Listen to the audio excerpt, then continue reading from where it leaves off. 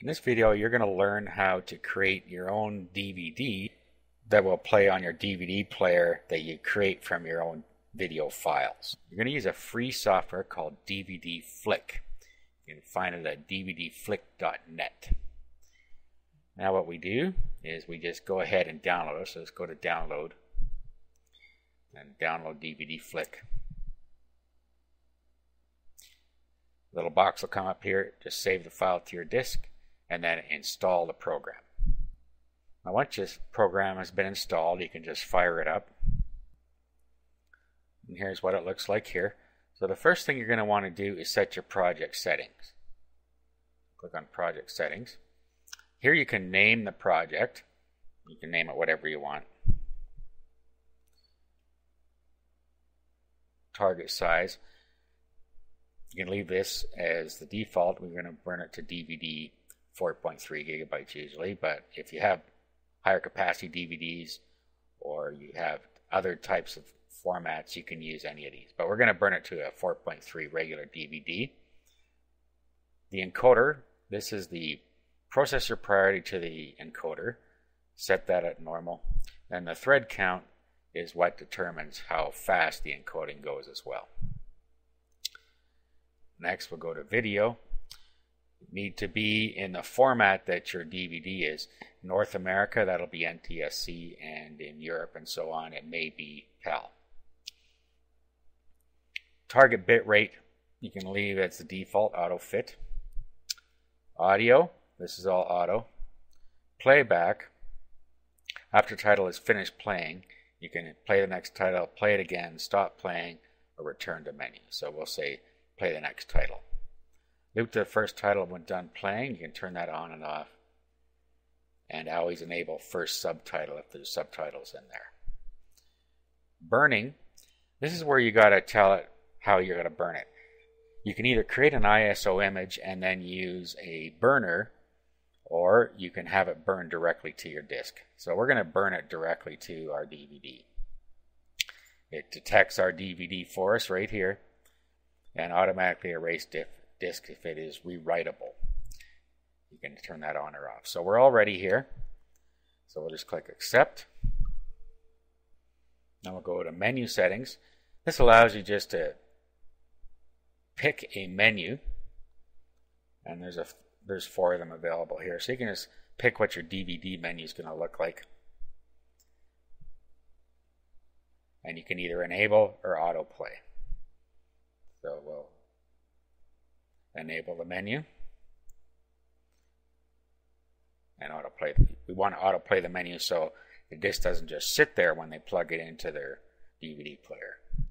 So we'll accept that.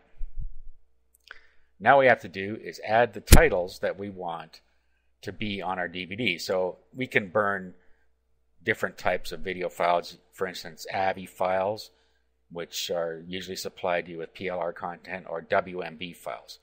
I'm going to go and I'm just going to use a WMV file in this case, but you can use AVI files as well. So all you're going to do is click Add Title. Little box comes up here, and then you just select your videos one at a time. So you add title. So each video becomes actual title on the menu. Bring in all 3 videos. Then what we can do is we can edit the title. Right now the title is video-1. Well, we're going to want to change that. And you can just change it to what you want. I'm going to change it like this. And then next title.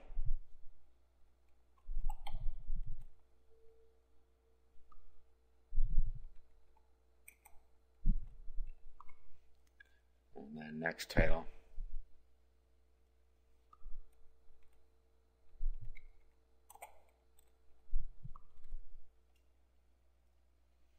Okay, accept. Okay, now you'll see we have video 1, video 2, video 3. Those are our titles. Now all we have to do is do create DVD. It tells you that it's going to be burnt to disk after it's finished encoding. So you need to make sure there's a blank disk in the recorder drive. So make sure that you have a blank disk in your DVD write drive before you continue. Click OK. and then ask if you're sure you want to proceed. And you can, if you don't want to see this anymore, you can click this and say yes. Okay, it's saying the destination folder already exists. That's because I've done this before, so we'll say yes. And then it starts on its way here. So what it's doing now is it will go through all of these steps. First, prepare the files, encoding video, and you'll see a progress bar along here. And it will go through each of these steps, and when it's done, you have a DVD that you can play in a DVD player. And of course, you can also play it on Windows Media Player. So we'll just let this run. Now you notice here it says title 1 of 3, video 1 of 1. So it's going through each of our files, which are called titles, and it's going to add all 3 of those titles to the video. So it's basically going to have to take as many passes as the number of clips that we added. So in this case, it's going to take 3 passes at the encoding video, and then the same thing with the encoding audio. So now it's into title 2 of 3. Okay, now we're into the 3rd pass. And then when it finishes that, it'll continue down the list and encode the audio. Okay, so it's almost done all the encoding bits for the video. Now it encodes the audio. Again, it needs to take 3 passes at the audio, which is much quicker than going through the video. So it's through pass 1, and now it's into pass 2.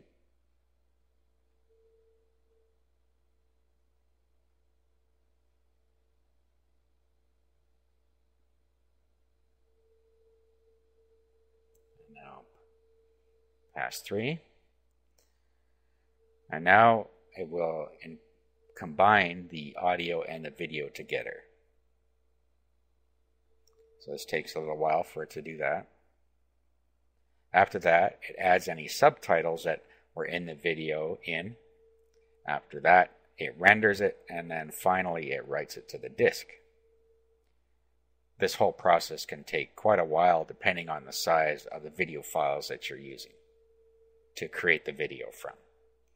Now we're down at the authoring DVD, and it's generating menus right now. As you can see, it goes through the tasks that you'll see on there.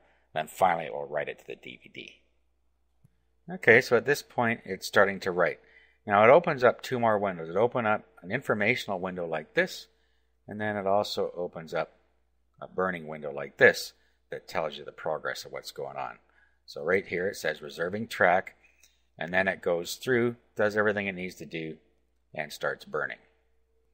Okay, now it's buffering. You can see, shows you all the steps in the log here, and shows you the percent complete. When this is done, your DVD is ready to plug into the DVD player and watch on your TV or any DVD player, or using Windows Media Player.